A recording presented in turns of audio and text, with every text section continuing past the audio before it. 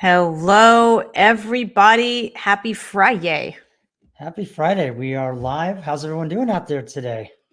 Hopefully well. Hopefully well. Made it through the week with no problems. That's right. Through the week, no problems. Welcome everyone to our live cast. My name is John Gardner, and this is my wife and law partner, Radlyn Mendoza, and we are the immigration law firm, Gardner and Mendoza. For those of you who join us often, you know we come on and do this every Friday from noon to 1.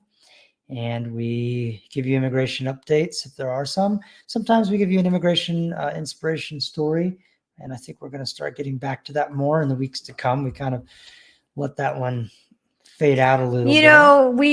We have been basically focused on answering a bunch of questions and getting to as many questions as possible to be helpful to the community. But I think it's also helpful to the community to hear about what's going on in as far as inspirational immigration stories are concerned. Absolutely.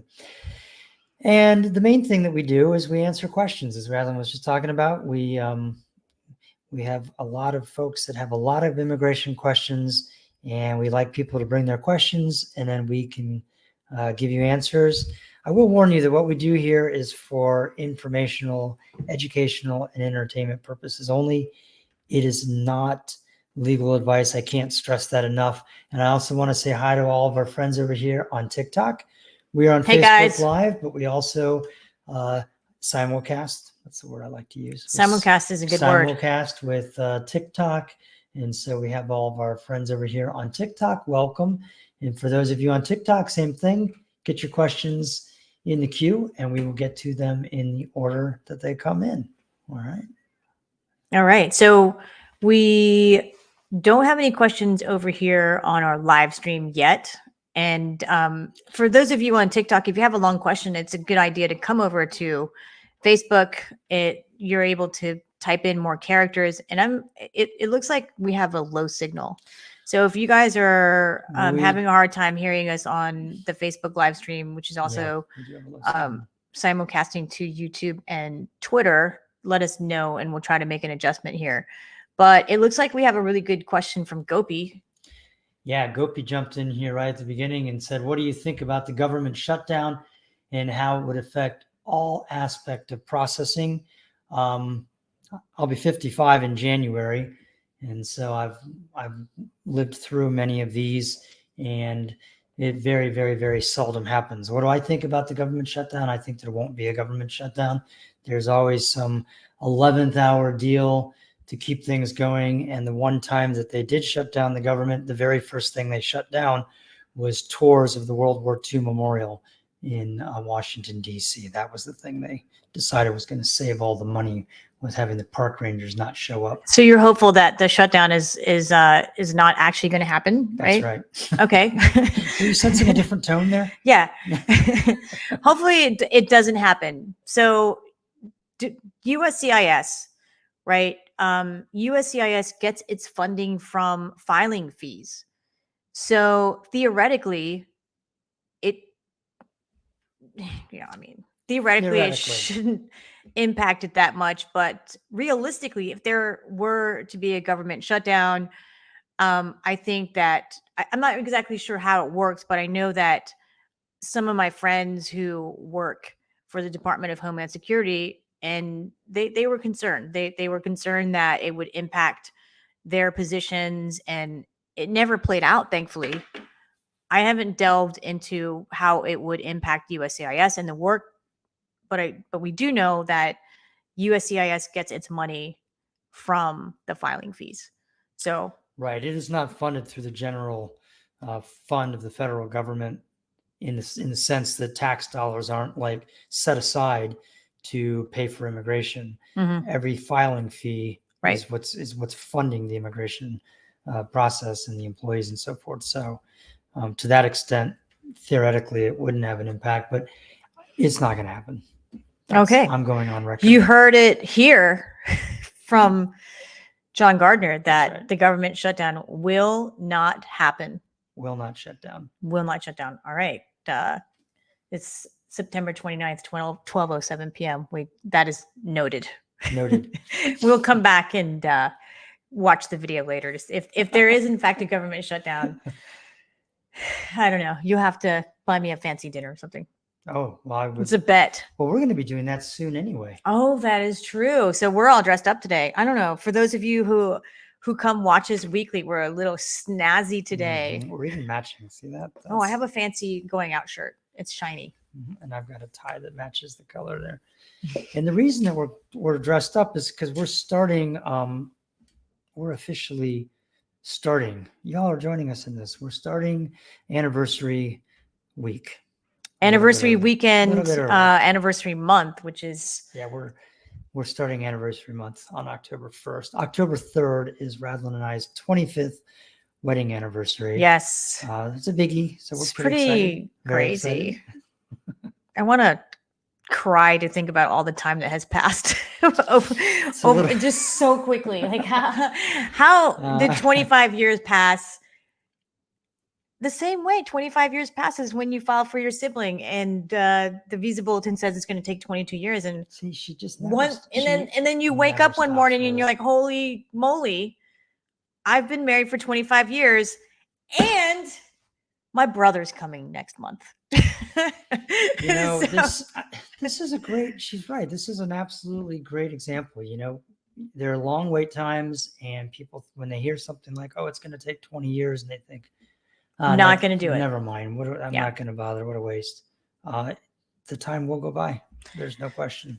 Yeah. At no time when I was in law school in my 20s did I ever think for 1 second I was going to be in my 50s.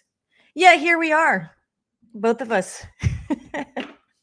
So we're very excited about our anniversary. It's not just our wedding anniversary, 25th wedding anniversary. It is also the 23rd anniversary of Gardner Mendoza, our law firm that we started October of 2000. We'll have to get the exact date, but we celebrate it all month long, and it's a pretty big celebration because especially the 25 years. Anyhow, let's get to some questions. Okay, we have some questions, and then at some point as we're going through here, nudge me, and I've got a short update. Okay, that I'll bring. Let's answer a couple of questions, and then we'll do some immigration I'll bring you updates. the one immigration update. There are always immigration updates. It's spoiler alert.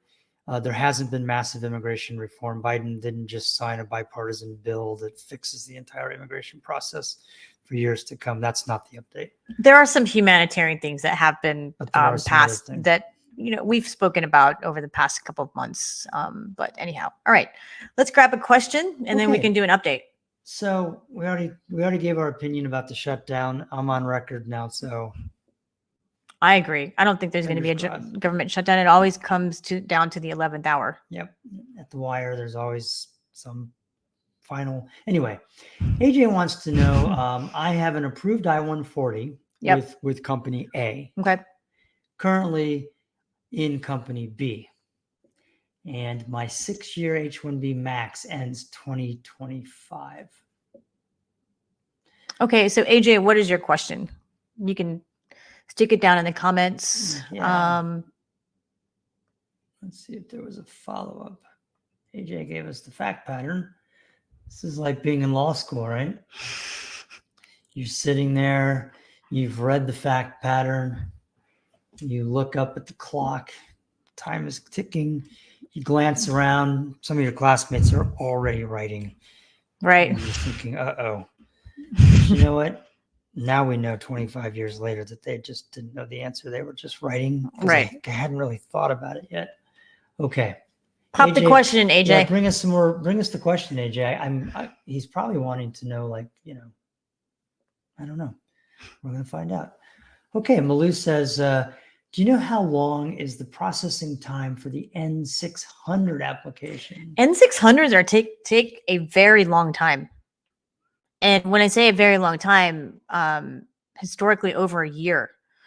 And so I want to go over really quickly how you all can check your processing times. So I've got a couple of videos about this on TikTok as well. And, you can check out any of our Facebook lives that we've done over the past 3 years. And I've gone over that as well, but I'll go over it again. So the easiest thing to do for those of you who you don't know how long your case is going to take with immigration, say in this case you filed the N600, and what I do is, just Google USCIS processing times, okay? And then you'll come to a link that says check processing times. It's going to be the first link. So click on that link. There is another link, which is something new that they added. I don't know why they have the double link there. And then when you get there, you're going to see 4 boxes. The first box is form, and is select one. So you'll scroll down to the N600 application for certificate of citizenship. And then it says form category. There's only one category here, application for recognition of US citizenship. And then you select the field office where that is going to go. So let's just say, you're in Orlando, Florida. I was going to pick Cleveland. So John is from Ohio. Well, plus remember, go Bucks. We had that. Who saw that football game? That was a great one. Yeah. We also had that update a couple weeks ago about Cleveland being the fastest. Oh yeah, that's right. Right. Okay. A random fact. So you click the blue button that says get processing time, and I'm doing this right now. And then it will, I say spit out. Is there a different word? Then it will produce a processing time for the N600 at Orlando, Florida. 80% of cases are completed within, drumroll, 25 and a half months. So well over the year that I talked about. We just did one and got one done out of Norfolk, and it took 26 months. But so yeah, it takes a couple of years. So go ahead and file that. Doesn't mean anything is wrong with it. Doesn't mean anything is wrong with your N600. It's just that that's how long it's taking the different field offices to process the N600. So I just checked Cleveland, Ohio for the N600. Hopefully you're in Cleveland because it's taking 5 months. So I'm not sure what's happening in Cleveland, but we would love more of that in other field offices and all around the country. But I'm going to refrain from all the jokes that could be made about. Yeah, that. It's because they're spending all their time on immigration office and nowhere else in the city. Was that a joke you were going to make? Nope. I don't know why I'm Cleveland bashing. It's a wonderful city. Sorry. No, it is, but there are a lot of Cleveland jokes. It's yeah. Anyway, they used to call it the Mistake by the Lake. They did. But it's a great city. It is. Yeah, it's wonderful. We've been there. Okay, Julieta, hello. How are you? Great to see you. A very old friend is checking in. Hi, Julieta. How are you? Hope you're doing well. Tell Pete we said hello. Tell Pete we said hello. All right. So let's grab a question here from Augustin Moreno. Augustin looks cool, right? He does. He's very, yes, he looks got like a very cool vibe in his profile photo. He's got a hip vibe. I need to ditch. We should go shopping. I need to ditch the tie. This tie matches my shirt though. Yeah. Okay. All right. John was going to wear a different tie, but I was like, no, wear that tie. It matches my shirt. Okay. The stripes on his shirt also match. We try to match sometimes. It's weird.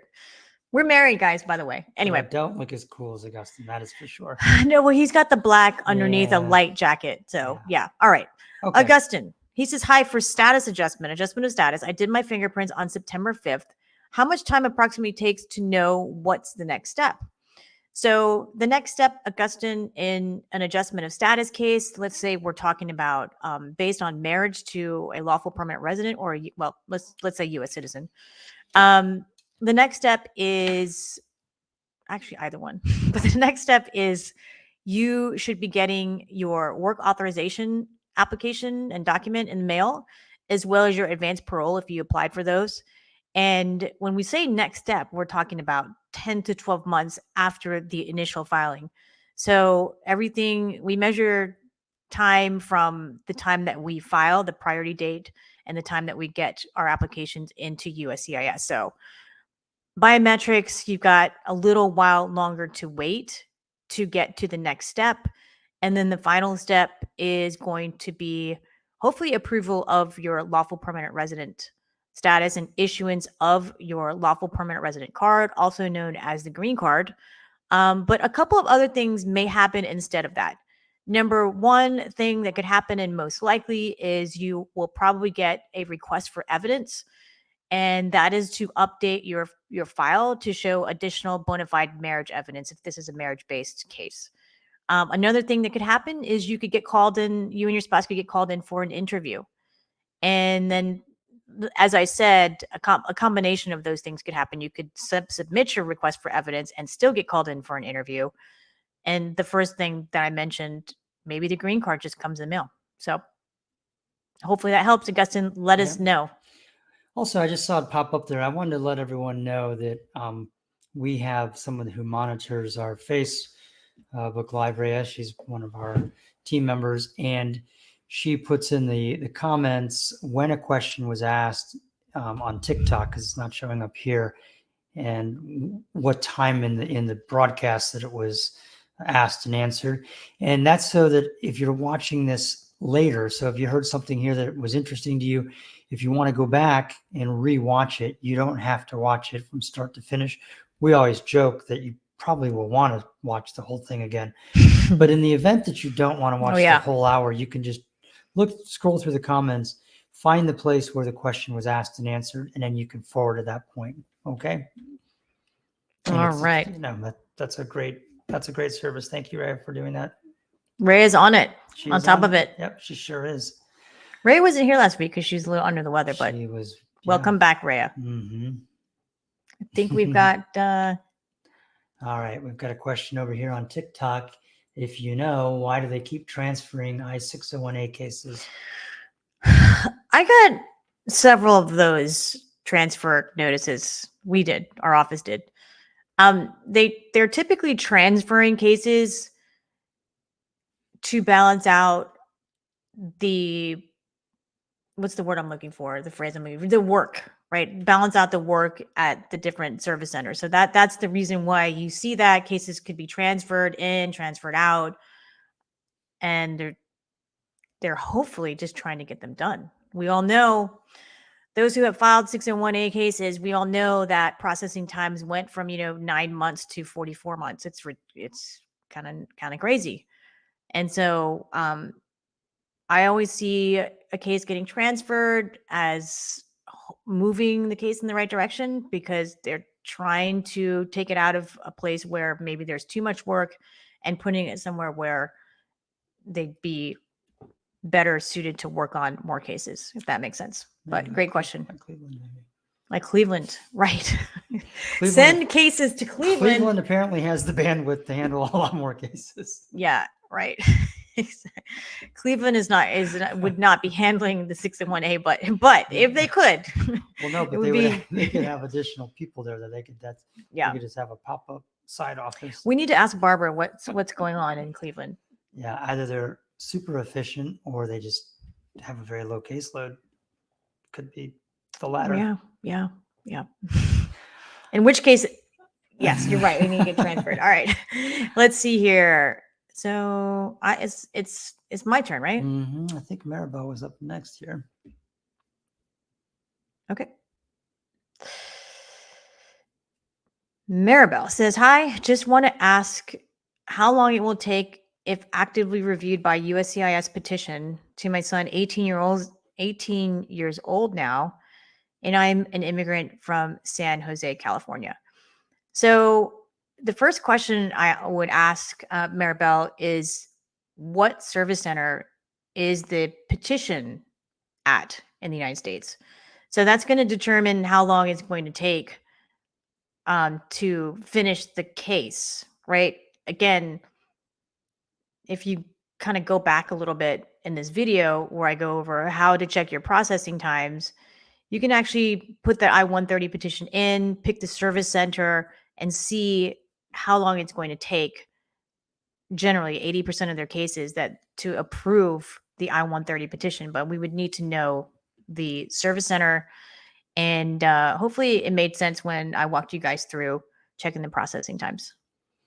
Yeah, I don't know if you remember, San Jose is the first place that we saw Tony Robbins. Unleash the Power I Within. do remember. UPW Yes. San Jose. I think it was 2018, maybe There was an election. 2016. It might have been 2016. Trump just got voted in. It was 2016. And Yep. half the people were crying in the stadium. That's right. I remember because that. Trump became president and Hillary did not. Right? Yep. Yes, that's right. Yep. Anyway, okay. I like how you said half the people. That's sort of that. That's a great. That captures the American public, doesn't it? Yeah. Maybe 70% were crying in San Jose. Okay, let's go for it. Okay, Jeremy is over here, and let's see. Jeremy's got. I think that's a Jamaican flag there. I don't have my glasses, but I think it is too. I think yeah. It's a Jamaican flag. It yes, is definitely a Jamaican. John and flag. I have been to Jamaica a couple of times. Yeah, absolutely. The first time we went, we just started dating. That's right. Aw. Literally, like we've been dating for a week, and then we were just. That was a really great trip. So Jeremy wants to know, my I-485 approved 60 days was approved 60 days ago, and now it just got approved again this morning. Why? So the I-45 getting approved, and maybe you're getting an approval notice for that, and then what I'm hearing is that you got another approval notice. I don't know why you would have gotten two approval notices for the same I-485. Could it have been a different notice that your green card was being produced? That's a notice that typically comes after an I-485 is approved. So I'm not sure why, but I can only believe that it's good things coming to you, Jeremy. Congratulations, by the way. That's awesome. Okay. So it's Julieta has a question. All right. She says, I have a question. And guys, Julieta is a really, really old friend of ours. She attempted to teach me Spanish many, many years ago. I failed. I really just wanted to have lunch and not speak Spanish because that was work. I think the first place we had lunch was at the Vietnamese noodle shop, Pho 79. Correct me if I'm wrong, Julieta, but if my memory is serving me correctly, I think that that's the first time we had lunch. And that was like 15 years ago, 15 years plus. All right. Does the disability affect our ability to sponsor? So I'm going to just guess that maybe you have been asked to be a financial sponsor, a joint sponsor on an affidavit of support. I'm basically taking a stab here because I'm not sure. But let's just say that is your question because this is immigration after all. Someone has asked you to be a joint sponsor for the affidavit of support. And the question is, if you have a disability, is that going to prevent you from becoming a financial sponsor? The answer is no, not necessarily. It goes to the income, right? It goes to your taxes and what your gross income is on your taxes, your wages, etc. So, Julieta, hopefully that answers your question. Mm-hmm. And, you can always text me too, Julieta. Yeah. But I'm happy to see you here. Yeah, absolutely. I was laughing when you said you're going to take a stab at it, at the question, what she's getting at. Because when I was, very quick story, it's just funny to me. Yeah. When I was coaching our daughter's soccer team this last spring, one of the players, I was telling the defenders on the team not to just take a stab at the ball when the offensive player, when the striker was coming down the field with it. And nobody seemed to be listening because they all kept doing it over and over. And I said to one of the kids standing next to me, I said, why do they keep doing that? I keep telling them not to take a stab at the ball and they keep doing it. And he said, these are 6th and 7th graders, right? He said, well, Coach, I think it's because we don't really know what you mean by that because you're using an ancient word that we don't understand. Stab. And I was saying, tell them not to take a stab at it. They had no idea apparently what I meant by that. And I never crossed my mind that they didn't know what I was meaning. It is an ancient word. Okay. Because, I don't know. Fifth graders don't use the word stab, hopefully. Maybe he said old fashioned. I don't know. It was something along those lines. It just made me Yeah. chuckle. Our daughter teases us about old fashioned ancient words that we use. She's 12 and we're far, far away from that. Okay, let's grab another question from TikTok and then we can do the update. Yeah. So the next question here was, we sent in the RFE for the I-485 request and they confirmed that all was received. How long until we hear back? So we're getting a lot of these. that really depends. It depends on what type of RFE it was and how involved it was, right? In responding to the RFE, and did they just ask for, a certified copy of something, or did they ask you for a whole explanation and a whole bunch of documents? But we see responses back from I-485 RFEs in 60 to 90 days sometimes. We have had clients who respond back to an RFE. Let's talk about a marriage case, and it's been a year, 2 years since they've heard back, and that's an indication that something is wrong.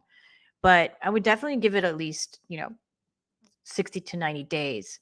And the issue here is that if your I-485 is not outside of processing times, and then they can take their sweet time in responding to that request for evidence, right?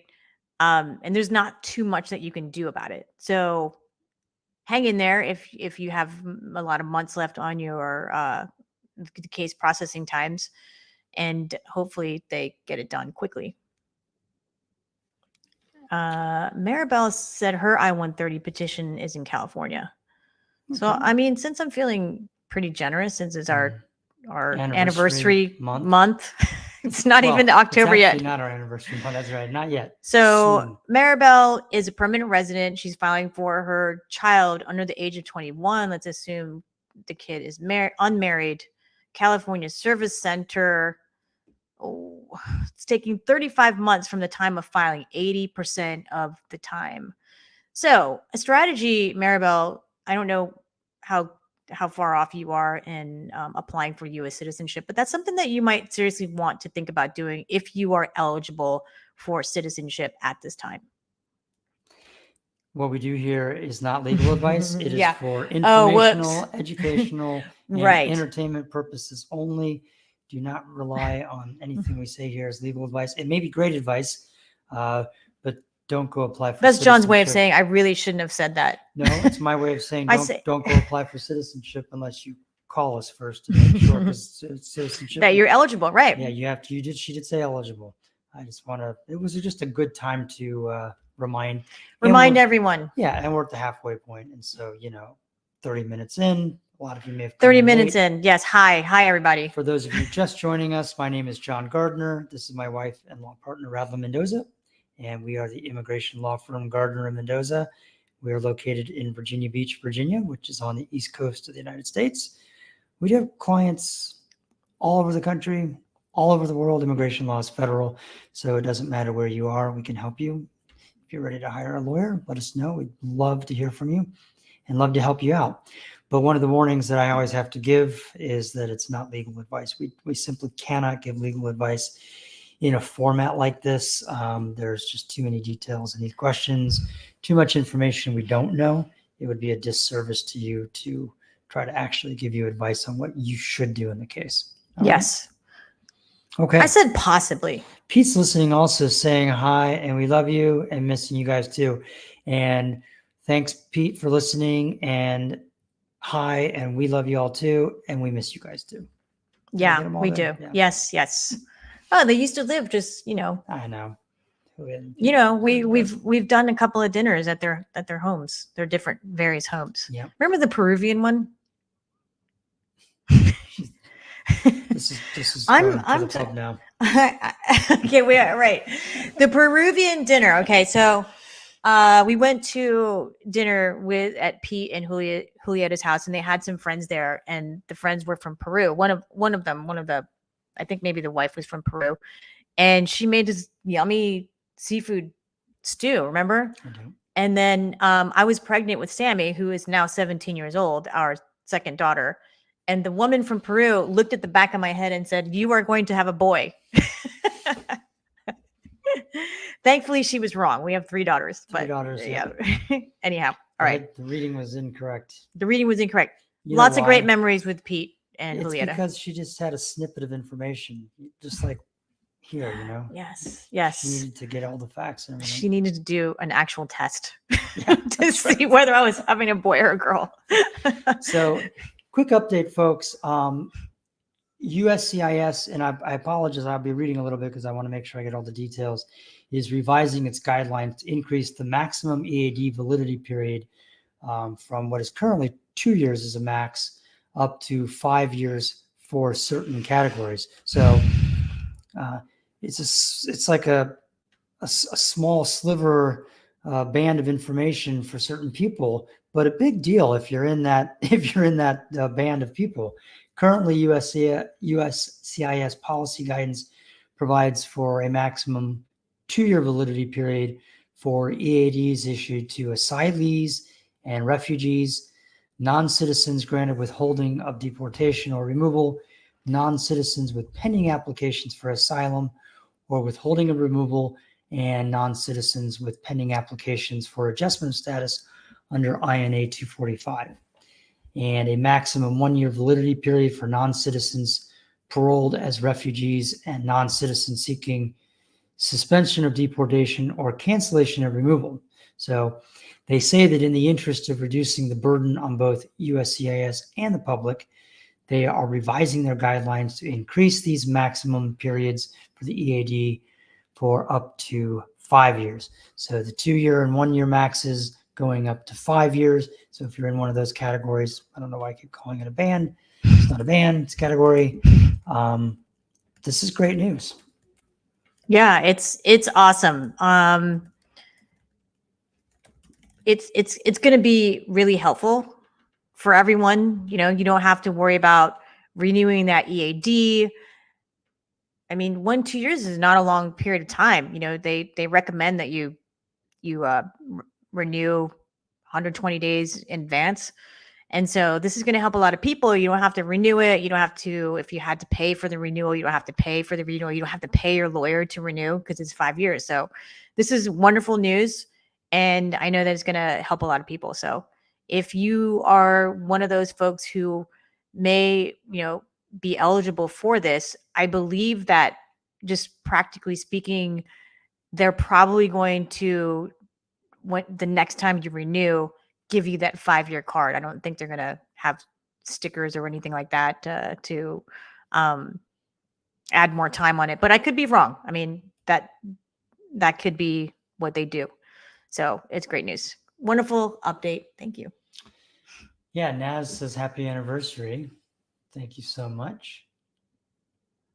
All right, and I apologize everyone on TikTok here.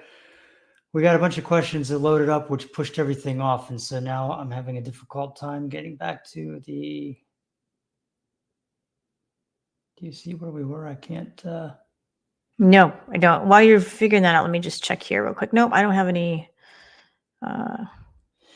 Okay, Malou says that she's in Arizona. And she says, really, question mark? I'm in Arizona.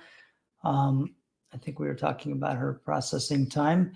Arizona. But Malou, for the N600. Yeah. The N600. But Malou, we can help you even though you're in Arizona. You're here, not a problem. Get that filed N600. N600s just take a long time. And I think that, I mean, I don't really know why it does. Okay. So we'll say Phoenix, Arizona. Okay. I'm checking processing times for folks. So 24 months for Phoenix, Arizona field office for N600s. 24 months, Malou. Okay, and then Misty had asked what comes after you receive an RFE, after they receive your RFE. I guess she got an RFE. Yeah. For those of you, that's a request for evidence, and she has responded to the RFE and sent it back, and now she wants to know what happens. Misty, you wait. That's the one thing you do. Wait until they make a decision on the request for evidence and that you sufficiently answered it. And if it's a request for evidence for, something like the I-485, then the next thing that should happen, if all goes well, is that they approve your green card application and send you your green card. And we talked a little bit about,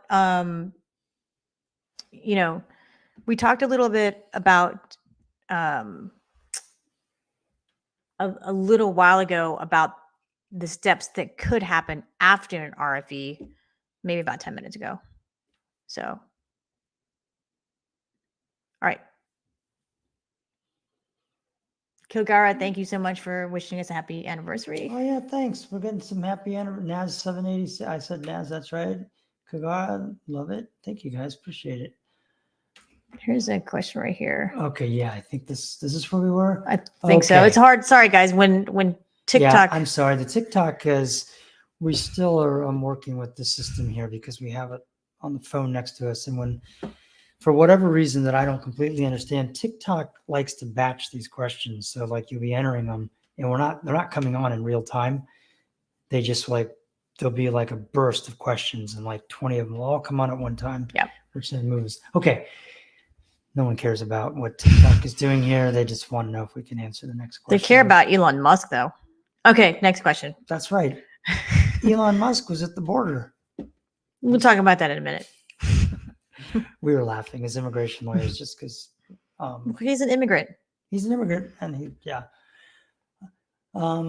okay, the question here was, Canadian permitted to visit for 2 months. Yes. All right. Overstays an extra month to marry a U.S. citizen. Is this an issue? I don't know. It could be. Was it all right, I'm not going to make jokes. Let's see here. Who's this?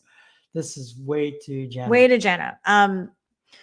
So when you enter the United States, and Canadians don't need a visa to come into the United States, right? They can come in and they can stay here for up to 6 months. But when you come into the United States, the understanding is that you're here to be a visitor for this particular, if you're coming in as a visitor from Canada, or you're coming in on a B1, B2, or you're coming in on an ESTA. The intent that you have is that you are coming in to be a non-immigrant visitor. So when you take steps shortly after you enter the United States, and you take steps and you marry a U.S. citizen, for example, and then you proceed to file for adjustment of status, it can potentially be an issue. If you made any type of misrepresentation, if your intent all along when you entered on as a Canadian to visit the United States was to go and just go ahead and get married to your U.S. citizen significant other. So could it be a problem? Yes. It just depends on the circumstances. Yeah, we get a variation of this question like every single week.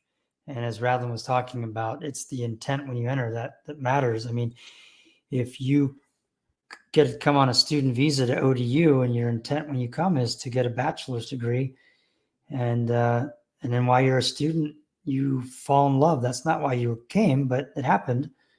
And that's a different story than if you have somebody here that you want to marry and you're like, how am I going to get into the U.S.? Oh, I know what I'll do. I'll get a student visa.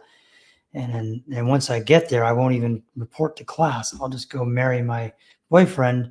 Yep. And adjust my status. That could be an issue. That could be an issue. So right. It really depends. Really depends on the facts, the circumstances, whatever your next move is. I highly recommend that you give us a call and we can guide you through that. Adjustment of status, consular processing, family members, those are our number 1 and 2 types of cases that we handle here at Gardner Mendoza. So we are very well equipped to assist and guide you with that. Yeah, and Tahara, your question was, do you recommend working on your Social Security number while out of status? We can't recommend things here. The format here, as I said, we can't give any advice that could potentially be relied on as legal advice. And so I apologize. We're going to have to pass on that question completely. Working out of status. That's the question, correct? Yeah, we're going to, yep. Just okay. Okay, so answer that question. Don't have any other questions here. Yeah, we had another question about the government shutdown. Was this the same person? I don't remember. I don't think so. It's not the same question. It's not the same person. Will it cause Really? delays for our case? It possibly could. John thinks that we're not going to have a government shutdown. This came up at the very, very beginning when we first came on at noon. Somebody asked if we thought there was going to be a government shutdown and how it would affect things. And I said, I had sort of a cavalier response and said, oh, there won't be a shutdown. There never is. I'm almost 55 years old. They always reach some agreement, which is not entirely true. It's not true. Yeah. They have had partial shutdowns. So, I mean, it does happen. I don't think it's going to happen this time. And then Radlyn pointed out that immigration funding, unlike a lot of other government programs, is not a line item in the budget like so many other things are. It's funded by the filing fees that the people that are in the process are paying. And so theoretically, it's self-funded, which would put it outside of the funding issue.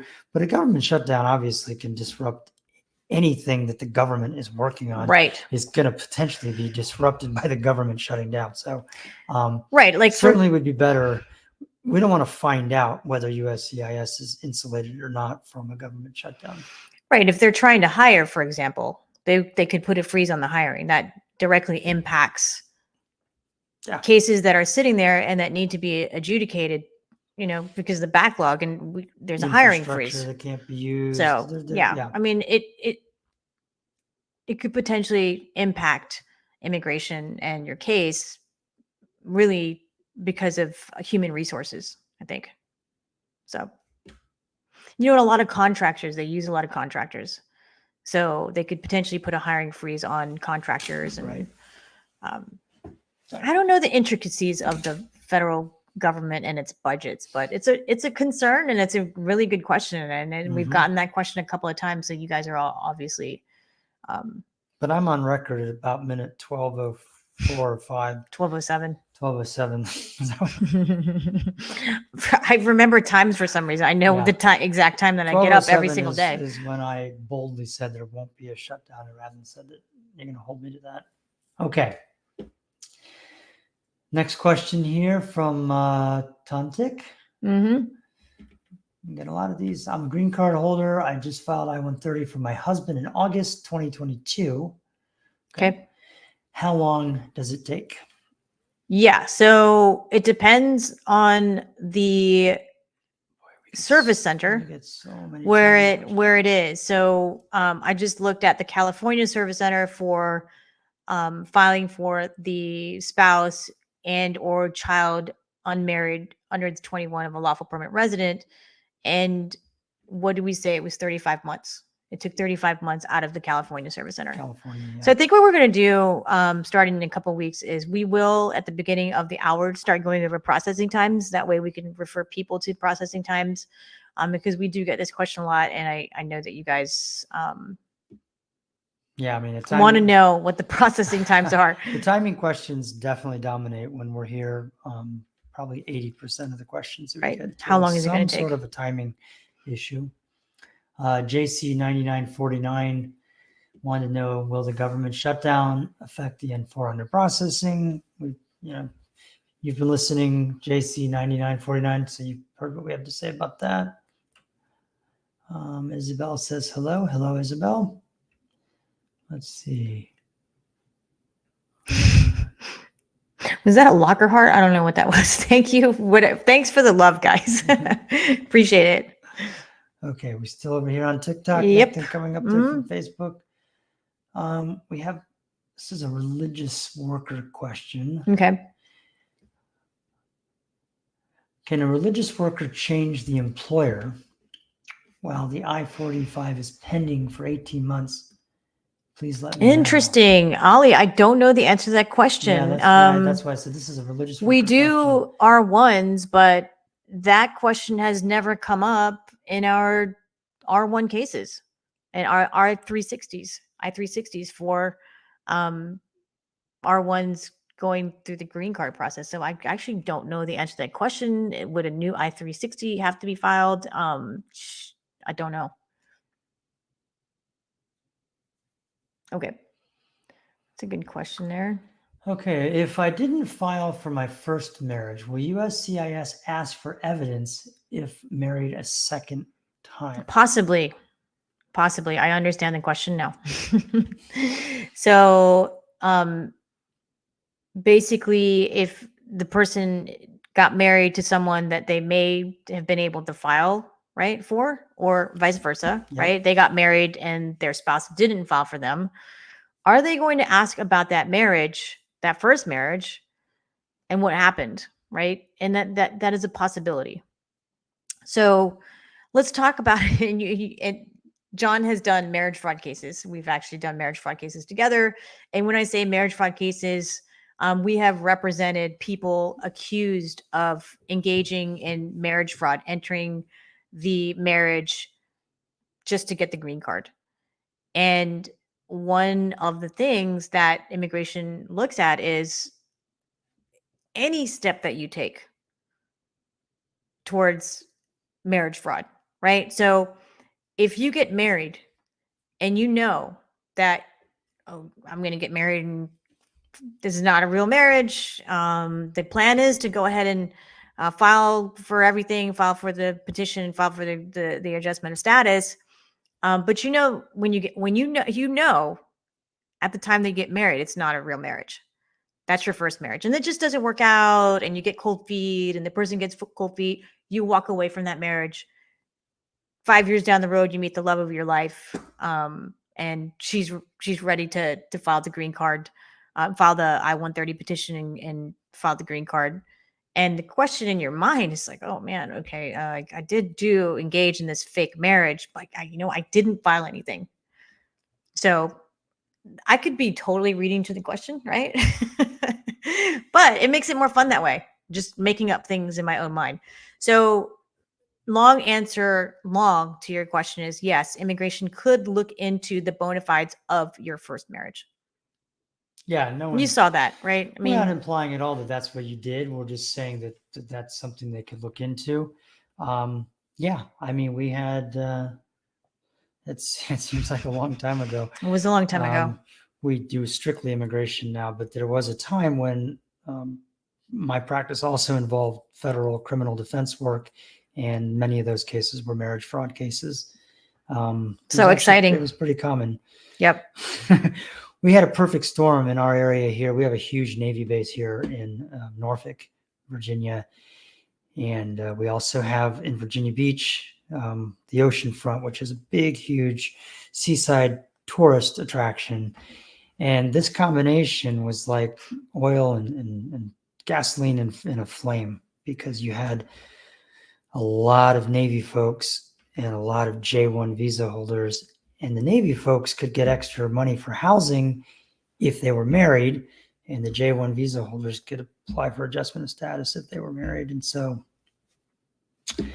marriage fraud was rampant for quite some time. Yeah. I was talking to my dad about this when it was going on. He's like, that's been happening since the beginning of time. Yeah. He said had nothing to do with marriage fraud, though. It had everything to do with basic allowance for housing. Yeah, that's what they call the BAH.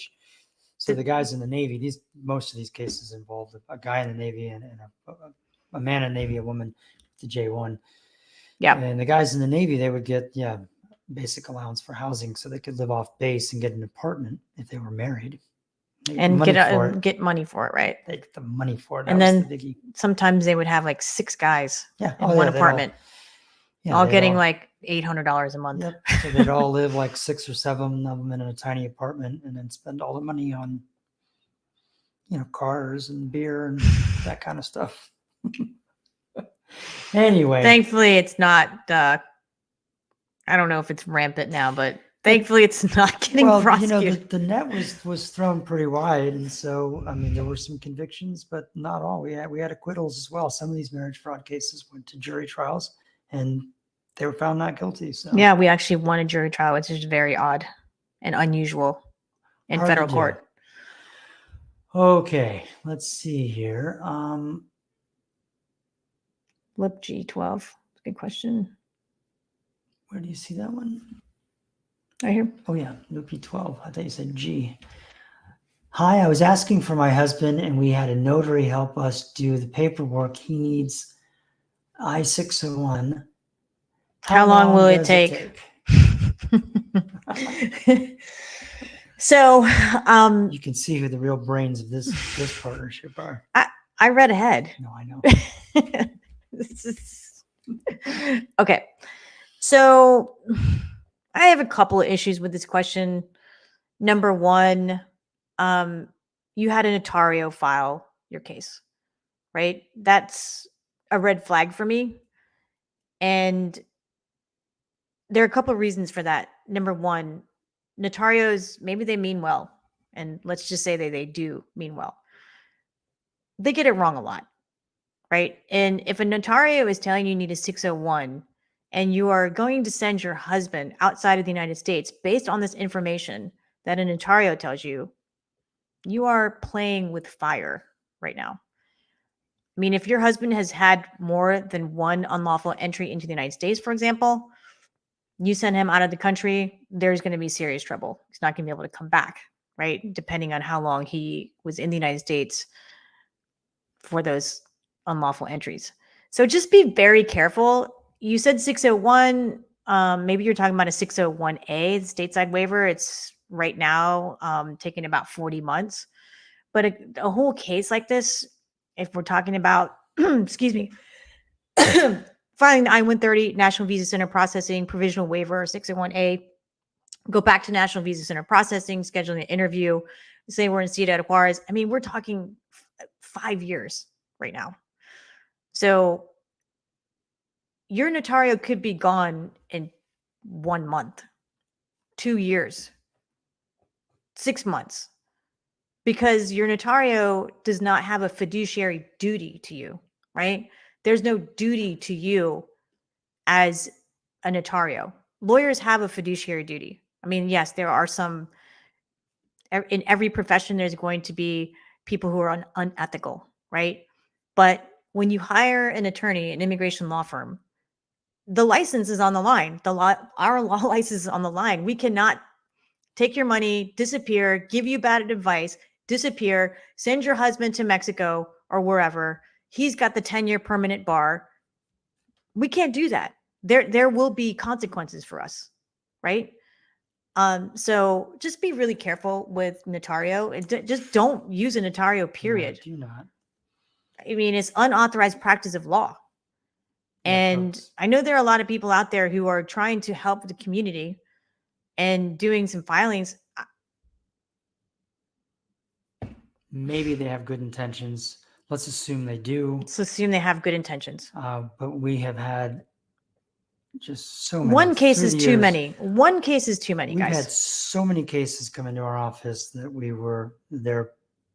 The rehab situations, rehabilitation. And sometimes there's not. Sometimes we're fixing the case because of mistakes that were made. Sometimes they can't be fixed. Some mistakes are fatal. Yep.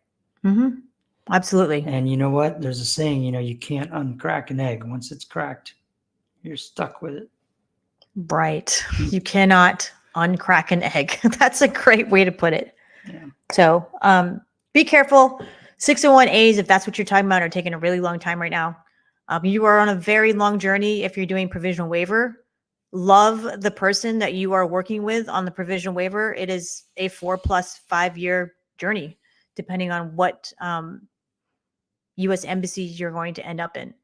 So just a little tip there for you guys. Actually, that is advice. Do not use a notario. Yeah.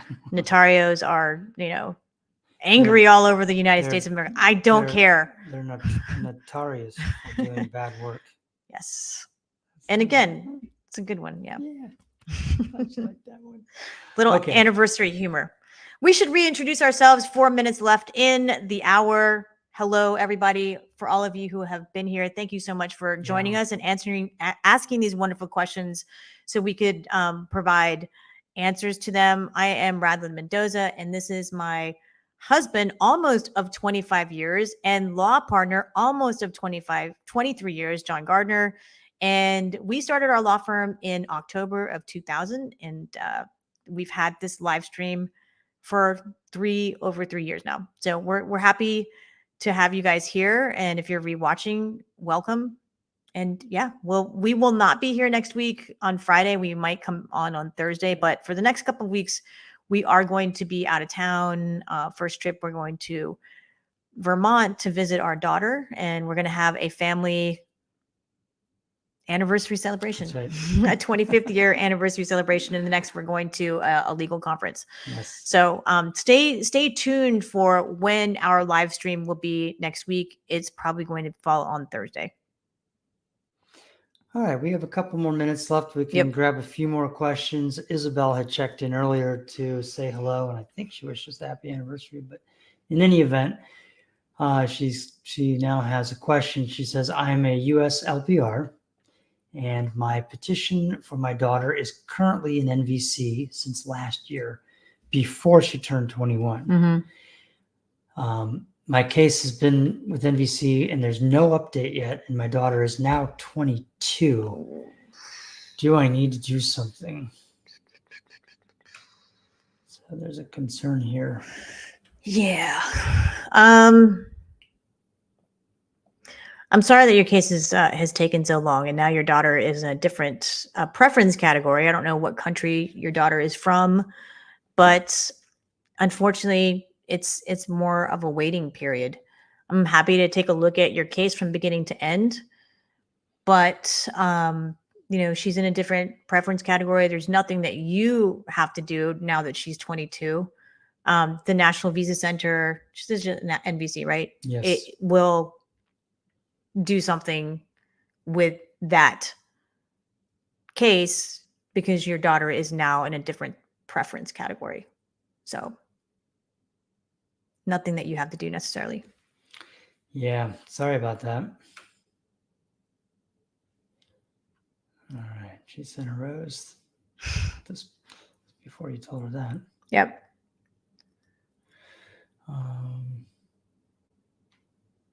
Okay.